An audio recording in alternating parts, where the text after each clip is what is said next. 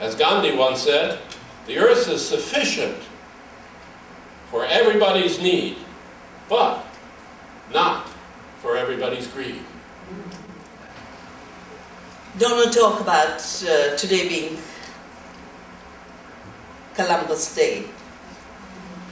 And when I was trying to figure out in the early 90s why we were being forced to adopt the treaty on GATT, and I was starting to understand where patents came from, because it was the patenting of life clauses in GATT which then became the trade-related intellectual property rights clauses in the WTO treaty, which really compelled me to start Navdanya, the movement for seed saving.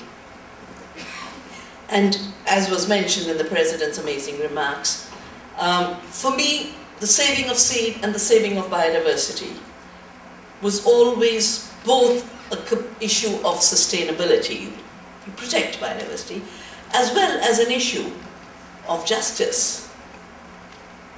That how can it be that farmers who have evolved seed over millennia, creation that has given us the tremendous diversity on this planet, can now become the property of a handful of corporations? And I then realized that the very word patent started with Columbus's travels. Because there used to be two kinds of letters that used to be sent around in Europe of that time. Secret letters, which were really about conspiracy, about which kingdom to take over, who joins with whom. And the others were what started with Columbus. Letters patent, which meant open letters. And the word patent, as a Spanish word, is about open letters. And these were declarations.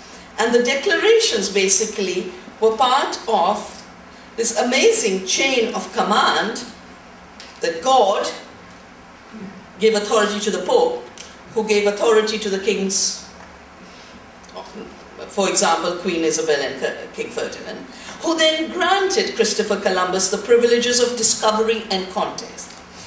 And the Pope, as the vicar of God, commanded the world as if it were a tool in his hands. And the power given to Columbus was basically to go find lands not ruled by white Christian princes and take them over on behalf of the king and queen, who were taking them over on behalf of the Pope, who in turn was taking them over on behalf of God. And therefore it was always about the civilizational mission.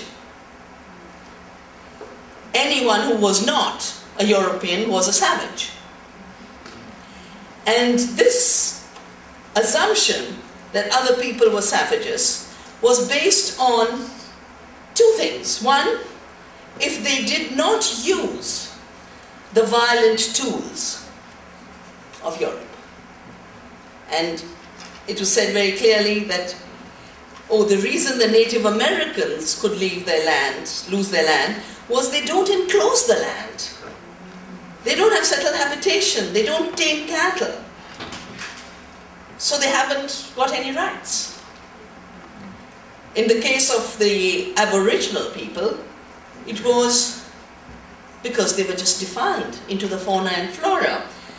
John Pilger, who was a Sydney Peace Prize laureate last year, found that the Encyclopedia Britannica, till recent times, said man in Australia is an animal of prey, more ferocious than the lynx, the leopard, or the hyena. He devours his own people, the Aboriginal. And in an Australian textbook, The Triumph in the Tropics, Australian Aborigines were equated with their half-wild dogs. And of course you remember all the Hollywood movies where the Red Indians were going to eat up everyone. Of course the word Indian, they got it because Columbus was not really coming to this land. You know, he was coming to India. And he was coming to India for the spice trade. In those days, pepper used to be exchanged for its weight in gold. a sack of pepper was a sack of gold. And of course, every European country wanted to control the spice trade.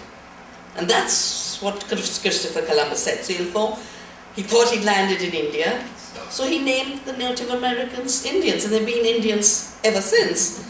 And it's wonderful for Indian solidarity, but terrible in terms of a Columbian blunder.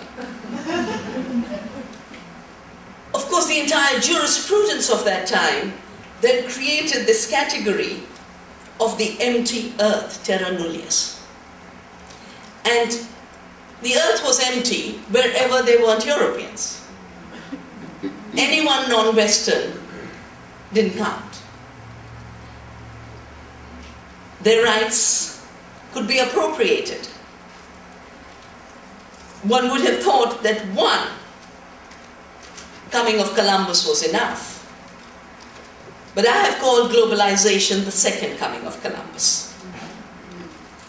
And the reason I call it the second coming of Columbus is just as life, just as land was emptied out of people in the first coming of Columbus, life is emptied out of life in the second coming of Columbus.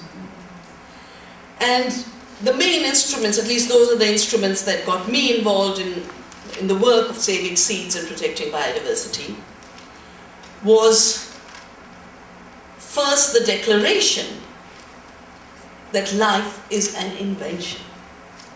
That there's no creation, there's no evolution, there's no existence of biodiversity. Corporations create life.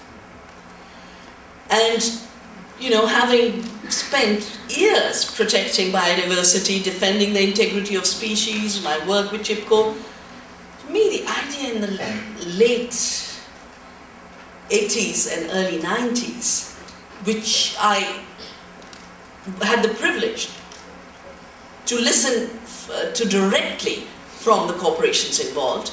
And who were these corporations? They were the same corporations that during the wars had created chemicals to kill people. After the wars, they found new ways to use war chemicals for agriculture. Rachel Carson has told us about how the entire pesticide industry came out of the war and entered agriculture, and her book Silent Spring was about how it silenced creation, how it silenced the birds. And it was the disappearance of the bird song that made her write Silent Spring. And Sir Albert Howard, who was sent by the British to India to improve Indian agriculture with chemicals, arrived in India, found the soils fertile, found no pests, and as he wrote in his book, The Agricultural Testament, which is intimately linked to the founding of the Rodale initiative here. Howard was a very big inspiration for Rodale. He writes there that industry that had grown up in the war didn't want to stop making its profits, so they created a certain idea about fertilizers, which came out of the explosives industries, nitrogen fertilizers, synthetic nitrogen fertilizers that are based on fossil fuels, came out of the explosives industry. That's why when you had the Oklahoma bombing, it was a fertilizer bomb. The other day, I met somebody who is involved in some way in the whole Afghan issue, and he said, it was easy to deal with Iraq because there were real weapons in Iraq. Not the weapons of mass destruction that had been assumed, but they were weapons. Saddam had real weapons. In Afghanistan, what the Americans had done was dump a lot of chemical fertilizer. And now, the Afghanis are using the fertilizers to make bombs, turning it into its original use as an instrument of war.